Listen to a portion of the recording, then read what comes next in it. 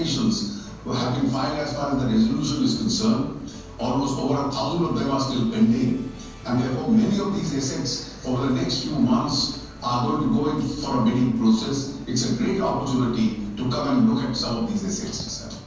Namaskar, I'm Ashok Vyas, and I have the pleasure of talking to Sandeep Sanyal ji, who is Principal Economic Advisor, Ministry of Finance, Government of India. Principal Economic Advisor, when sits with you, you first of all want to greet him and welcome him here. Sanyal ji, namaskar, welcome. And as an Indian American, one looks at India. There are many areas, but economy happens to be very, very important. So in general, how as a Principal Economic Advisor, you feel about situation of Indian economy at the moment? The Indian economy has done very well in recent years. In the first half of this financial year, our economy grew about 7.6% year on year, which makes us quite easily the fastest growing economy in the world. And very importantly, we have achieved this pace of growth, and it's been achieved now for some time, without allowing our macro indicators to overheat. So in the past, even when we did have periods of high growth, typically it would show through in inflation spiraling out, or the credit growth growing at unsustainable levels, or the fiscal deficit blowing up, and so on. But what we have managed to achieve in recent years is that the growth has been sustained at these very high levels, and inflation has in fact come off. So if you remember, those of who you remember from your time back in India, will remember inflation used to be quite commonly in the 8 to 10% range. Every year, prices would go up by that level. Now, we introduced something called the Monetary Policy Committee. We gave it a very strict target for inflation at 4%, with a range around 2 percentage points on either side. And we have been very successful in structurally lowering inflation. So much so that the current latest reading on inflation is 3.3%.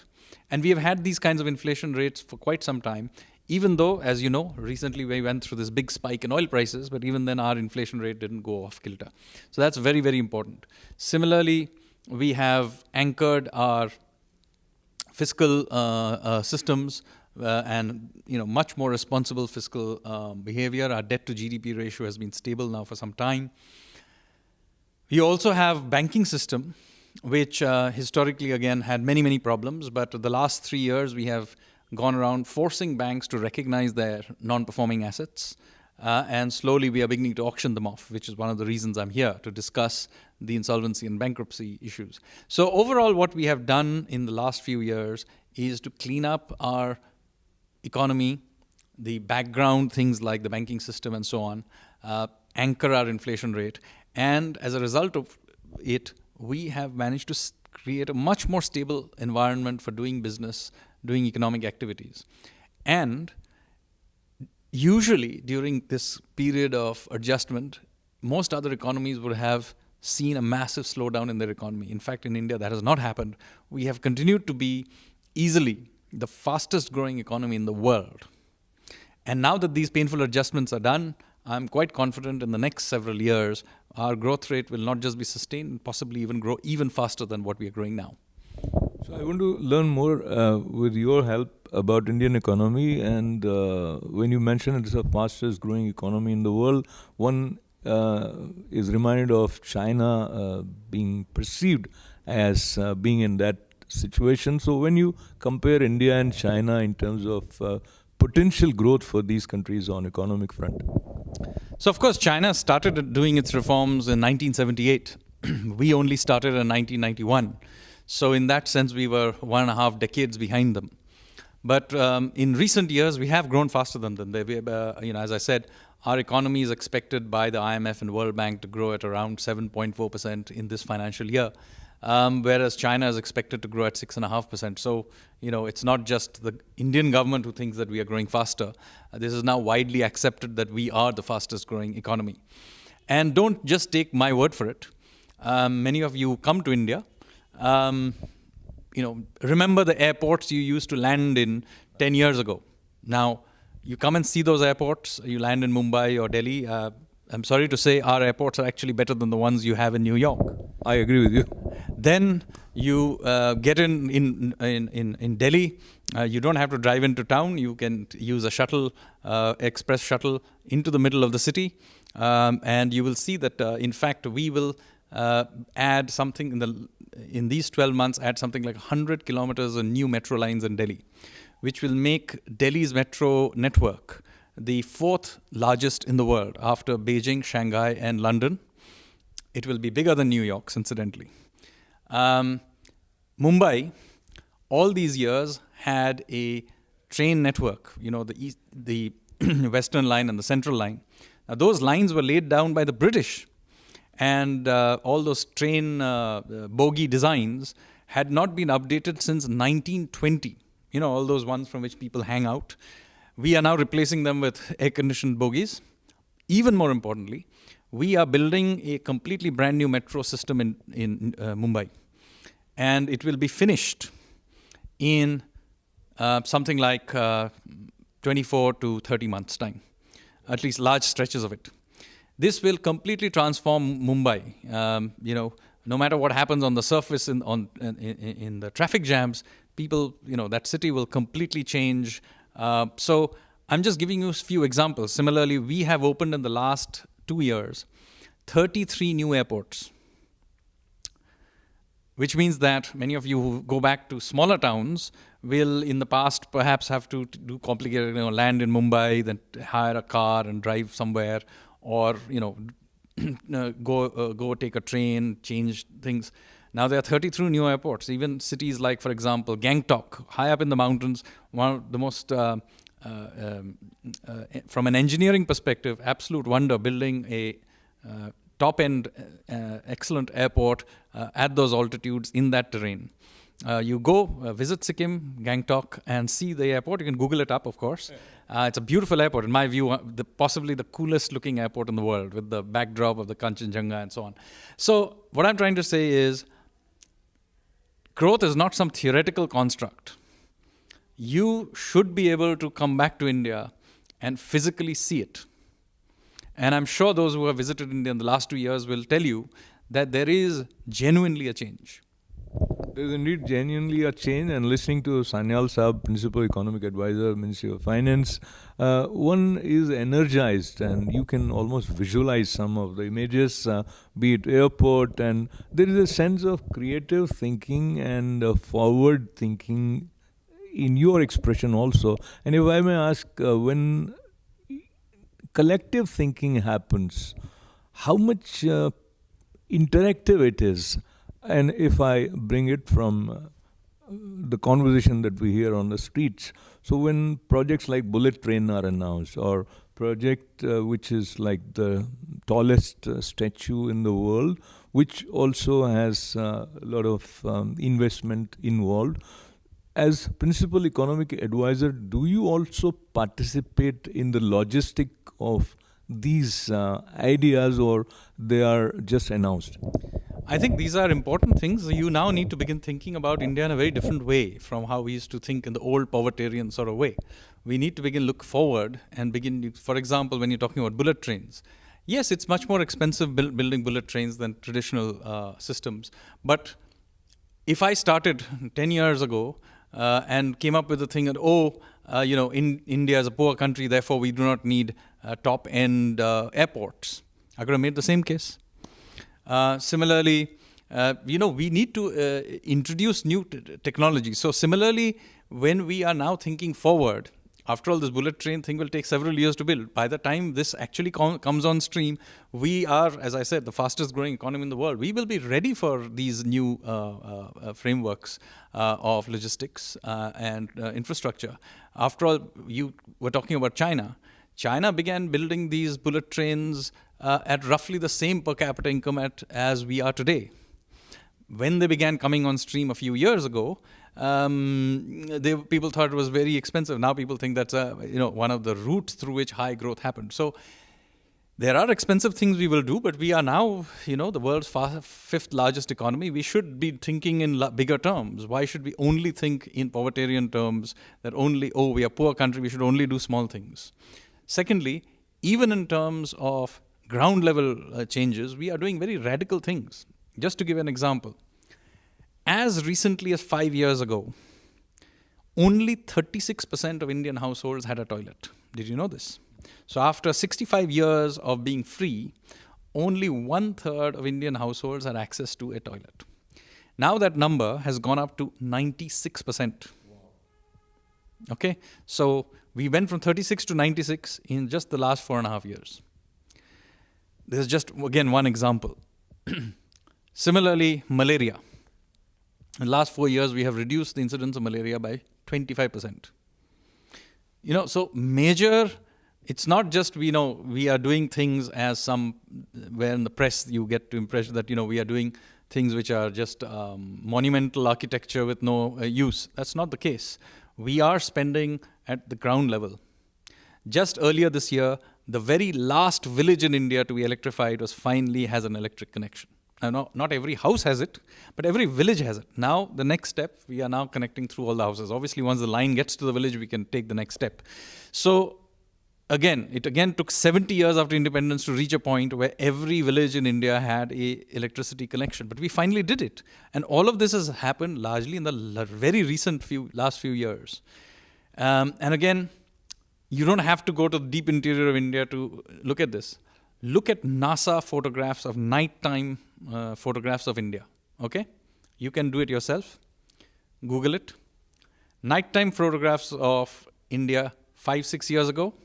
And nighttime, whatever the latest one, 2017 will probably be online, maybe even 2018. Have a look at it. Nighttime photographs will show you radically brighter the lights will be. So it's you can real time see that India is better lit at night than it was 5 years ago. So I'm not telling you theoretical things that you cannot verify without or require some complicated government data to verify. This is something you can verify sitting here. You can Google them up. And now comes to the issue that you raised about monumental architecture. Well, when you think of Indian cities, when you think of iconic architecture, what do you think? You think of buildings built before independence. So Kolkata still thinks about Queen Victoria Memorial. Mumbai is also about Victoria Terminus. Now it's called Chhatrapati. We renamed it, but it's a fact of the matter. It was built. It was called Victoria Terminus. Or Delhi, you think of the large monumental architecture of Delhi. What is it? It's basically colonial era, or maybe in some case earlier Mughal era. What is the great contribution of our post-independence regimes to create iconic architecture that celebrates our times? So, of course, one example of that was this statue that has been built for the great unifier of India, Sardar Patel. It's the world's highest statue. Interestingly, it will only be the world's highest statue for a short while, because another statue which is being built off Mumbai of Chhatrapati Shivaji, which may well be taller. But look, these are iconic symbols of our times. And just like there are iconic buildings in New York, whether it's the Statue of Liberty, but it's not just have to be statues. For example, you have the tall buildings and so on, which are iconic of these countries, which people visit. Why shouldn't we have something that is not built by the British or other colonial occupiers? Why can't we celebrate ourselves? We have, as I said, the economic wherewithal to do it, and we need to record our own times. Thank you very much. Principal Economic Advisor, Ministry of Finance, Government of India, Sanyal Saab is with me. And we are in the middle of a conference on insolvency and bankruptcy code. And he's needed there, but we'll continue this conversation right after this short break.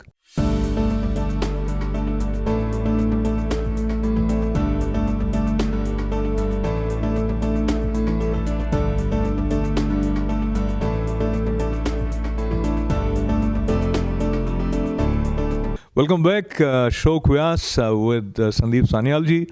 Principal Economic Advisor, Ministry of Finance, Government of India. After the break, as we continue to talk about Indian economy, there are some major changes that one has observed, perceived, experienced.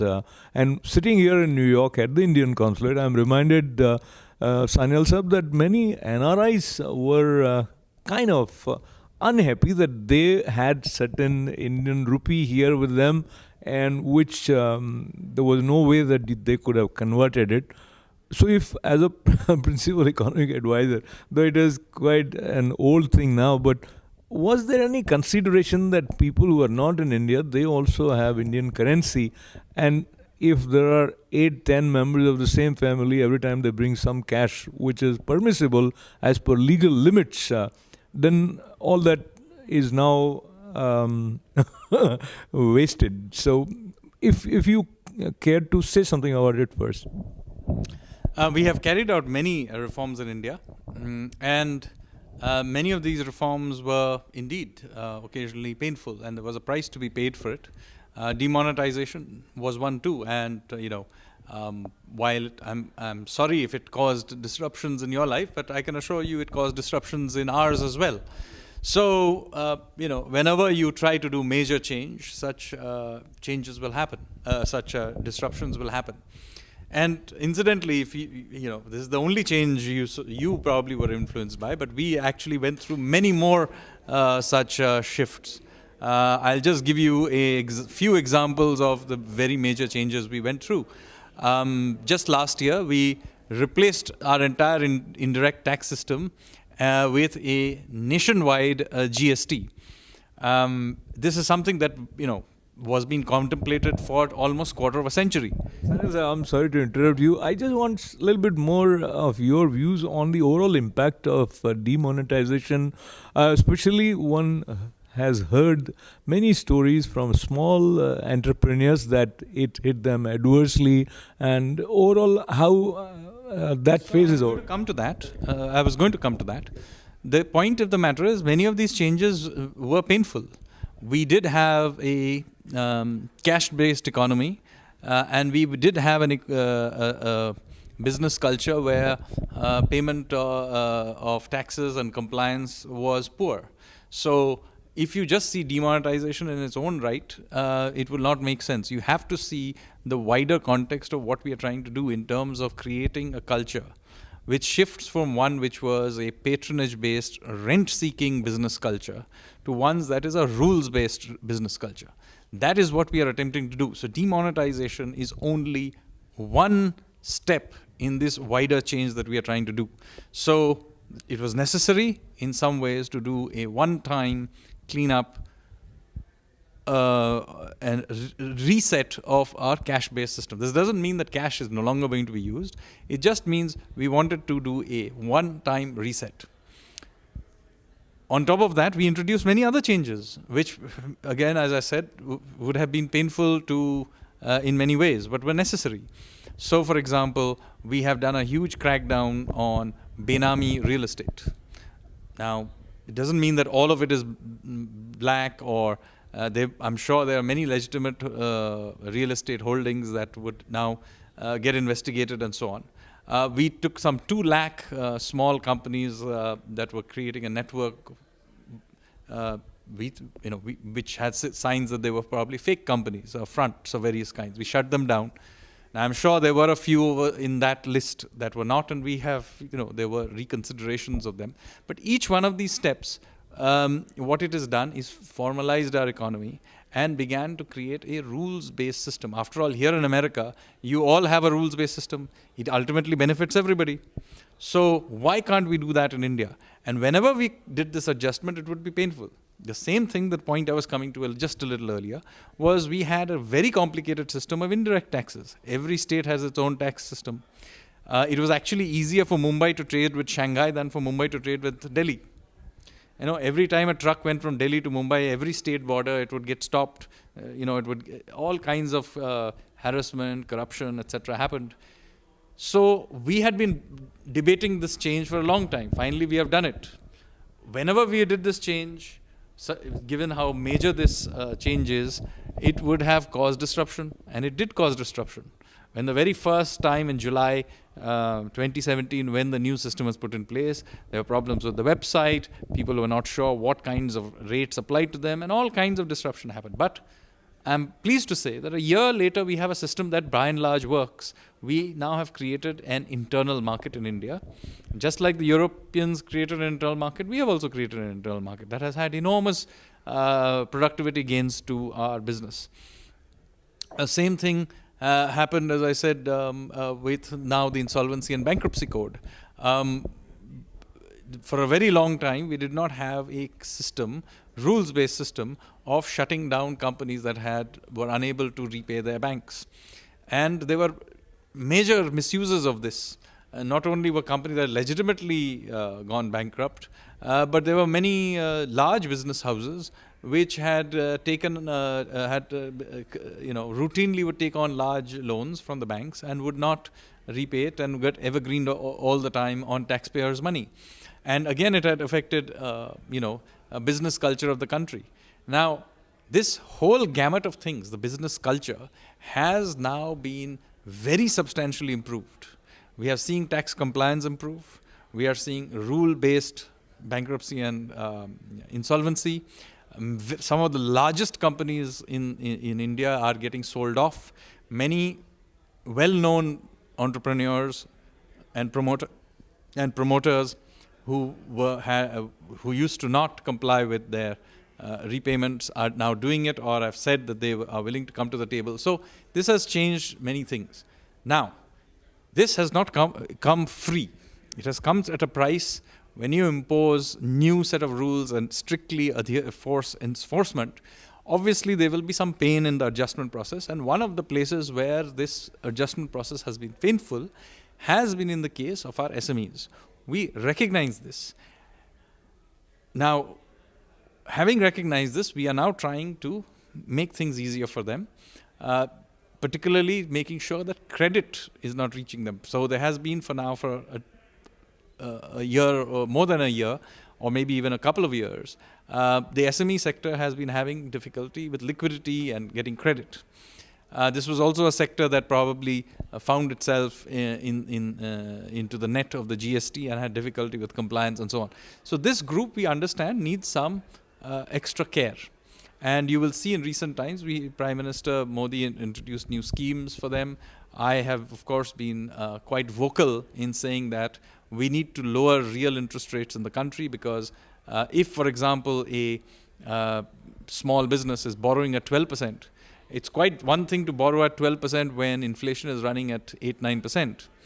But now that we have lowered our inflation rate to 4%, and we're proud of that, by the way, but at 4% if your inflation is running, then borrowing at 12% is quite a different thing, because then your pricing power is only growing at 4%, but your cost of capital is at 12%. That's an 800 basis point real cost of capital. That we think is unfair. And so one of the things that we have been speaking about is that we now need to structurally lower the cost of capital in India. And one of the biggest beneficiaries of this is going to be small business. Now, there are many other things as well with small businesses So we understand that small businesses have borne the brunt of many of the changes. But let me reiterate, whenever we did it, it would have been painful. We appreciate the cooperation of the business community in carrying out this painful adjustment. But of course, once this more new rules-based business culture becomes established, then everybody will benefit, small and large. And of course, we continue to be very committed to our small and medium-sized businessmen. I must compliment you as part of Indian government, Principal Economic Advisor, Ministry of Finance, Government of India, for taking India on a higher scale in terms of measurements about ease of doing business. So India has done very well. And today, as we sit here, and you participated in many sessions related to the conference on insolvency and bankruptcy code, how significant do you think is this conference, and any specific concern that you heard from people in this reference? I think we have had a very good response. You've seen quite a large number of big investors are here. Yesterday I met many foreign institutional investors who have large investments into India. So it is not the case that we are resting on our laurels. We are out here. We are trying to engage with investors who invest into India and are interested in India. And of course, through you, hopefully with the larger Indian community as well. So, a lot of hard work has gone in the recent years. As I said in my earlier part of the interview, if you visit India, you will be able to see it around you. It's not something that is just happening in the numbers. The airports you land in, the public transport systems that you use, all of them, when you visit India next time, please just look around you. It will have, dramatically improved from what you remember it. Wonderful, and we will remember Principal Economic Advisor, Ministry of Finance, Sanjeev Sanyal for his brilliant ability to not only retain but also share the passion and the vision for the growth of India. And that fills us with additional hope and enthusiasm. And indeed, we all appreciate a new look of India at various airports, and one feels a sense of additional pride on being an Indian American. Thank you very much, with lots of wishes. Thank you.